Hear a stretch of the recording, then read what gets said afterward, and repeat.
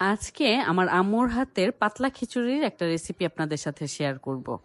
এই খিচুড়িটা হচ্ছে মিক্সড খিচুড়ি, সব ধরনের সবজি, গরুর মাংস সবকিছুই দেওয়া হয় এটাতে। ঘরে যত রকমের সবজি আছে সব এরকম কিউব করে কেটে কেটে ছোট ছোট করে কেটে নিতে হবে। তারপরে মশলা কষিয়ে সবজিটা রান্না কমপ্লিট হয়ে গেলে তারপরে খিচুড়ির মধ্যে দিয়ে দিতে হবে। এই যে আমাদের সবজিটা একদম হয়ে গেছে, এই পর্যায়ে আমরা নামিয়ে তারপরে খিচুড়ির মধ্যে দিয়ে দিব। তারপর কিছুক্ষণ নেড়ে চেড়ে চালটা হওয়ার জন্য কিছুক্ষণ ওয়েট করতে হবে। সেই সাথে গরুর মাংস রান্না করা ছিল আগে থেকেই আমাদের, সেটা দিয়ে দিলাম সবটুকু। এটাতে টেস্টটা অনেক বাড়বে, গরুর মাংসের মশলাও পুরা খিচুড়িটার সাথে মিশবে, এভাবে টেস্টটা আরও বেড়ে যাবে। তো এভাবেই খিচুড়িটা চুলায় বসায় রাখলে হয়ে যাবে।